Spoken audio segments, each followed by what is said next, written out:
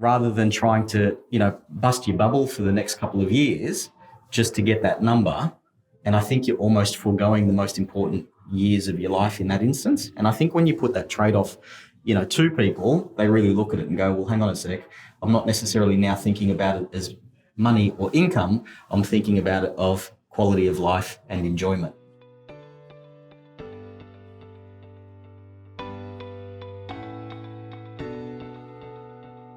Welcome to 360 Money Matters, where financial planners Billy and Andrew talk all things financial planning. This podcast aims to increase your knowledge and confidence with all things money. Each week, they will cover topics like wealth creation strategies, investment principles, creating passive income, paying off your debt faster, and much, much more, so you can live a life on your terms without limits. Hello and welcome back to another episode of the 360 Money Matters podcast. I'm Billy and I'm joined by my co-host, Andrew. Bills, here we are. We are back again and back on the, radio waves? Is that what you were calling it? That'll do. But recording on a Friday, favourite day of the week, coming out on a Wednesday. Absolutely. Favourite day of the week. That's it. So Andrew, because we're recording, not because it's a Friday, That's exactly right. That's exactly right. But Andrew, so this is the third episode in our three-part series about the grand finale, the things that you should be thinking about in your 30s, 40s and 50s when it comes to all things money. Yeah. So this episode, we're talking about your 50s and what are some of the things that you should be doing and thinking about, at least in the experience that we have talking to clients about setting you up for a fruitful financial future. Bit of a mouthful. Say that 5 times quickly. Andrew, where do we start with things I was going to throw it to you and say, Billy, what do you think about, in regards to your finances, given your age demographic? Andrew, if I'm in my 50s, I reckon I look pretty good, I must say. But no, I'm definitely not in my 50s. And if you listen to last week, I'm in my 30s.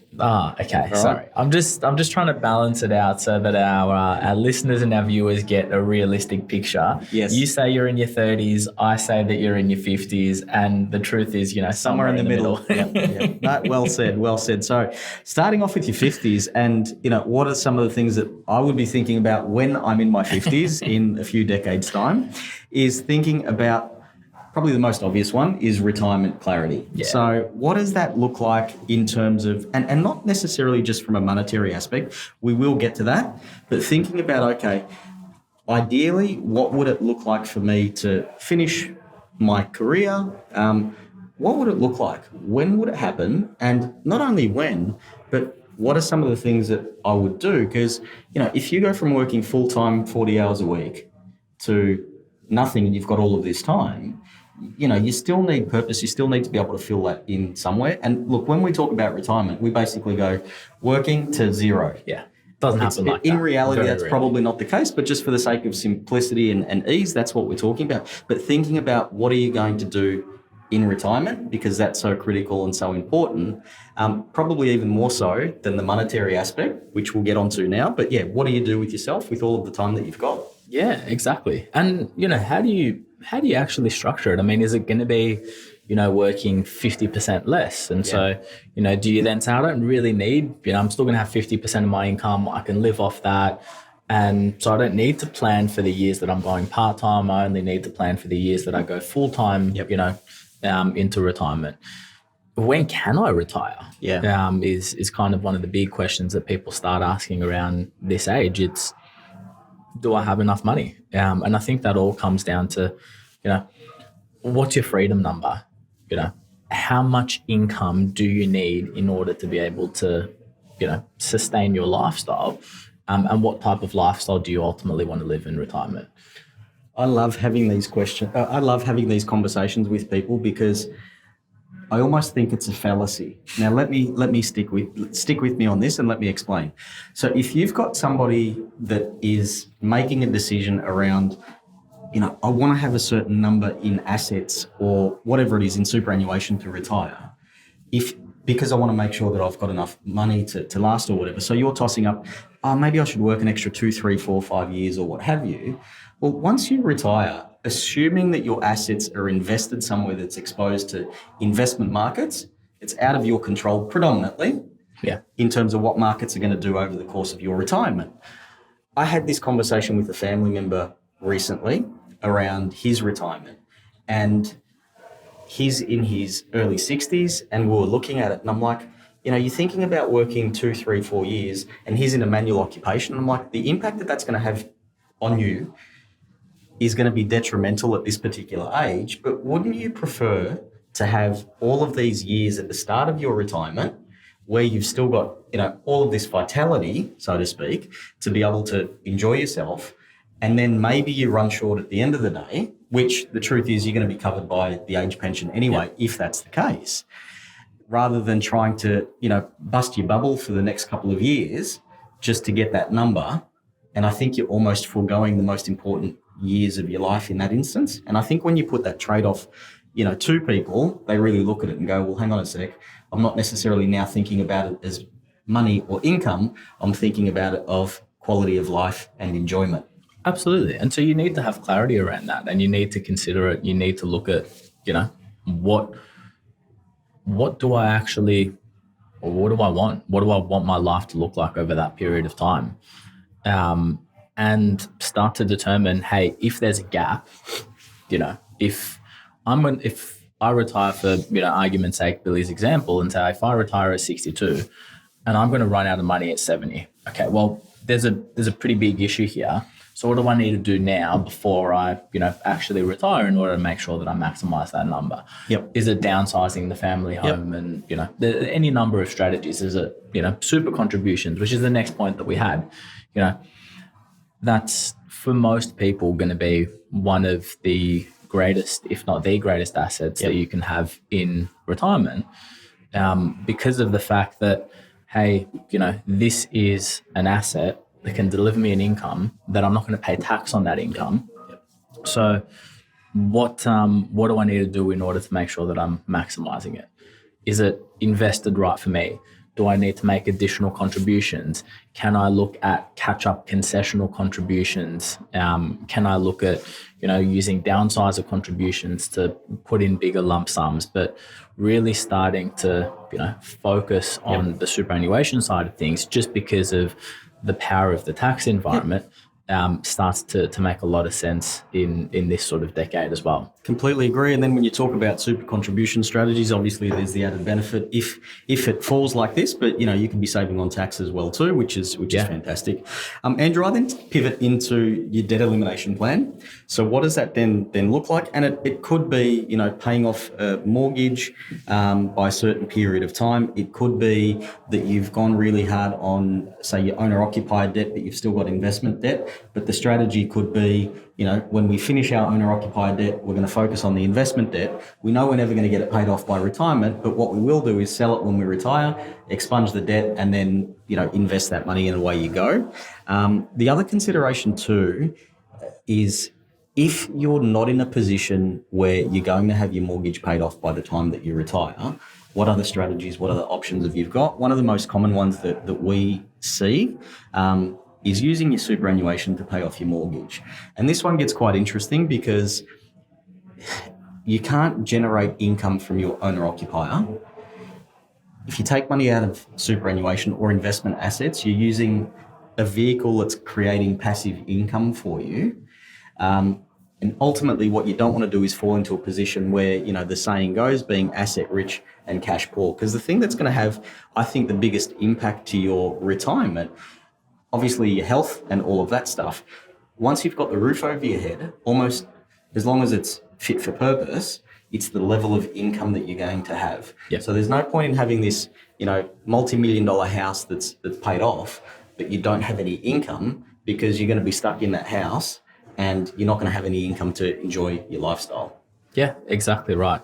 So I think that the debt elimination plan and weighing up, if you are going to use your superannuation, so this is a pretty interesting point on both sides of the equation, but you consider your risk profile and your tolerance to risk, and you consider the time frame of your investments. So if you're in your mid-50s and there's an expectation that once you turn 60, you're going to sell down a big portion of your superannuation and use that to pay off a mortgage, well, that portion of your superannuation that you're using to pay down the mortgage, that's got a very I don't want to say short investment time frame, but a much shorter investment time frame than the funds that you're going to use to derive a passive income from and take you from 60 onwards to retirement, because that might still have a 20 or 30 year life cycle in terms of how long those funds are going to be invested for.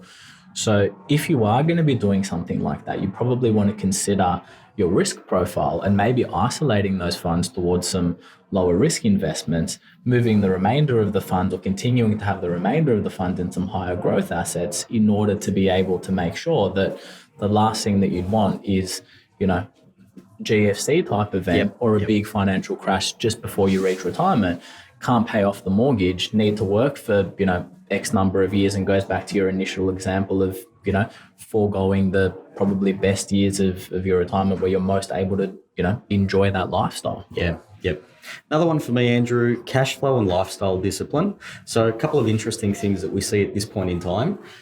For clients who have had children, the children start to get a lot older and more independent. So from a cost perspective, especially as school fees and things start to drop off, some cash flow can open up for the household. Yep. So being disciplined around what that looks like and not necessarily consuming it. You might enjoy a little bit of it, but being disciplined around what that looks like.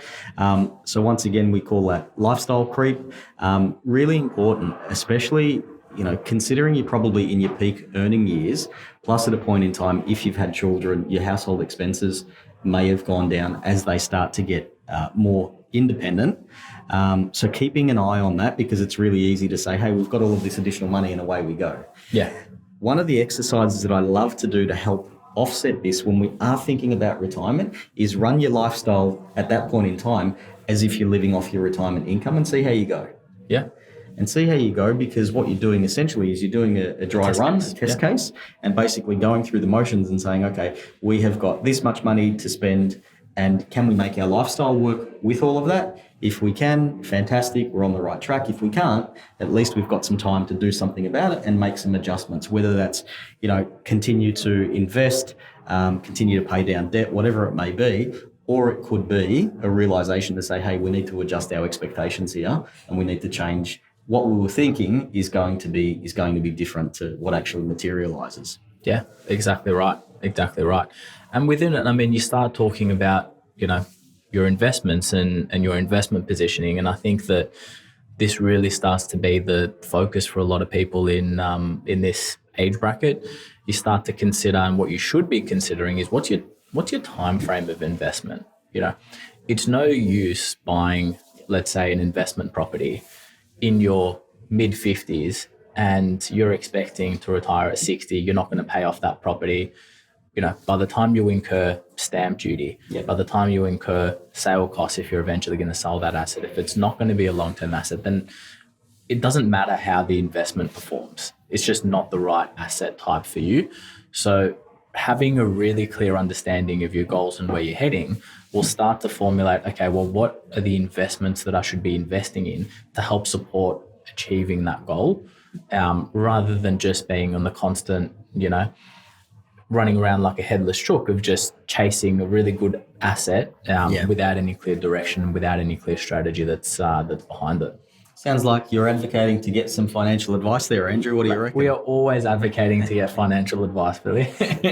One of the things from the investment positioning perspective, generally what we tend to see is when we're younger, we're more focused on growth assets because you want the asset value to go up. That tends to shift at a particular point in time towards an income focused. Yeah. So, you may not necessarily care what the underlying asset value is, simply because that's not the thing that's giving you your income that you need to run your lifestyle. You're more focused on the amount of income that you're generating off that. So, we're quite fortunate in Australia. I guess a lot of the companies, at least that are listed on the stock exchange, do pay dividends. We've got the benefit of the franking credit system as well too. So there is some benefit associated with that. And, we tend to see with clients that are considering retirement and retirees, absolutely love the dividends that are coming in off those companies. And then you've got franking credit benefit as well too. So shifting from a growth strategy to an income strategy. And once again, I have to preface this with a bit of caution, because it's not like you enter into your retirement or that period of time and you go, I don't need to invest anymore. If you retire at 60, as an example, and you've got life expectancy, we'll round it up, but let's say you've got 30 years. Yeah. You've still got 30 years as your time frame. It's not like you can say, yep, at 60, I'm going to take this money out, stick it all in cash, live off whatever it is, bank interest rates, and I'm going to be okay.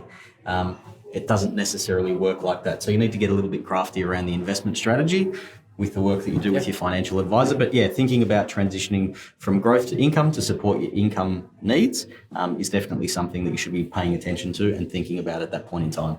Yeah. And at the same time, I mean, as you're doing that transition, you're really looking at the structuring, the tax efficiency, and how you're going to make that transition. I mean, you consider, let's look at a growth asset, residential property, shifting that from a growth asset into an income asset, which might be, a superannuation asset. There's capital gains tax that's involved. There's contribution tax that's involved.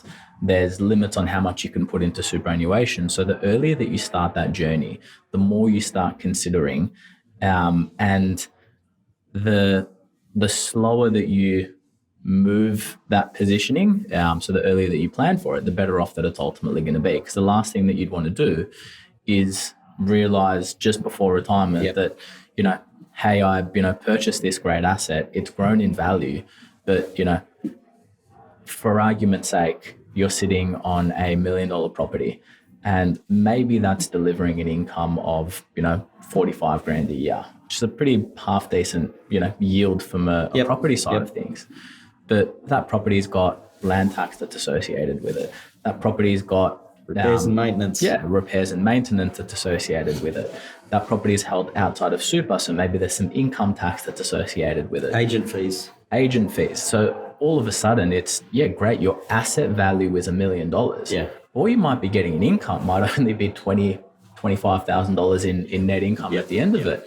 And so it's not suiting your lifestyle goal. Yeah. Making that transition from that type of asset into potentially a different type of asset is not something that you want to be considering with a very short time frame. You want to have the longest amount of time frame to make the decision of, okay, how am I going to do it? Am I going to, sell that property in retirement phase when my income is low?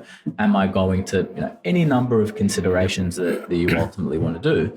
But really having a review around your assets and the structure of your asset and where you're going to derive your income from as you start to slow down and retire is critically important. Yeah. From a risk management perspective, Andrew, thinking about potentially all of those insurances that you've had over the years, and we're talking more personal insurance, so life insurance and disability cover and the like, thinking about if your wealth has gone up, if your debt has gone down, and maybe your dependents are independent now, you can think about scaling that back if you want to, because you don't need that level of cover. So I think that's a pretty simple one. And once again, that helps with the expenses as well too.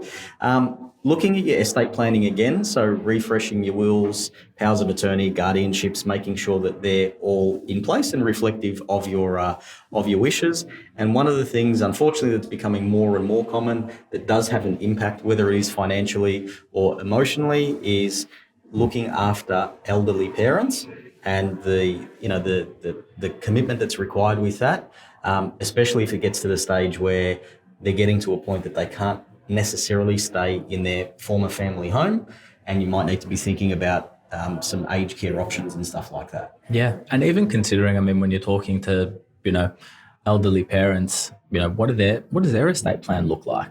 It's not about, getting more money from them or anything like that. What it's about is making sure that their wishes are ultimately met. Yep. And making sure that, people aren't passing away without a will, which is going to, create delays and create a whole raft of other issues. So even considering, talking to parents around what their estate plan looks like and helping guide their hand through that ultimately is pretty important as well. Absolutely. Then you look at, so if you're in your 50s, you're looking one generation up from an estate planning piece as to what's going to potentially happen. You then also look one generation down. And I think that it's never been as important as what it currently is. But the bank of mum and dad, are you supporting adult children? And your support level has now changed in that you're now no longer, maybe, paying for groceries, and maybe they're living in the home, maybe they're not.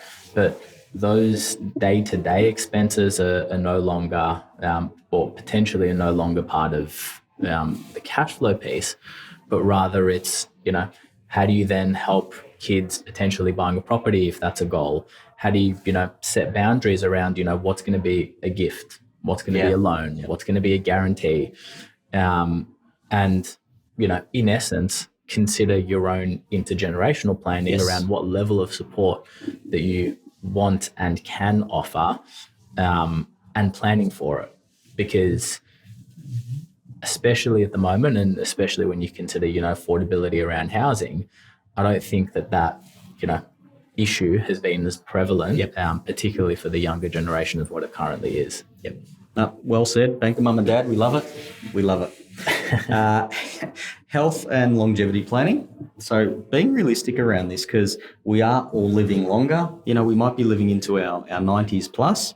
If we're lucky, we might get a letter from the king's son's son, king's grandson. What's his name? George, the youngest one? Yep.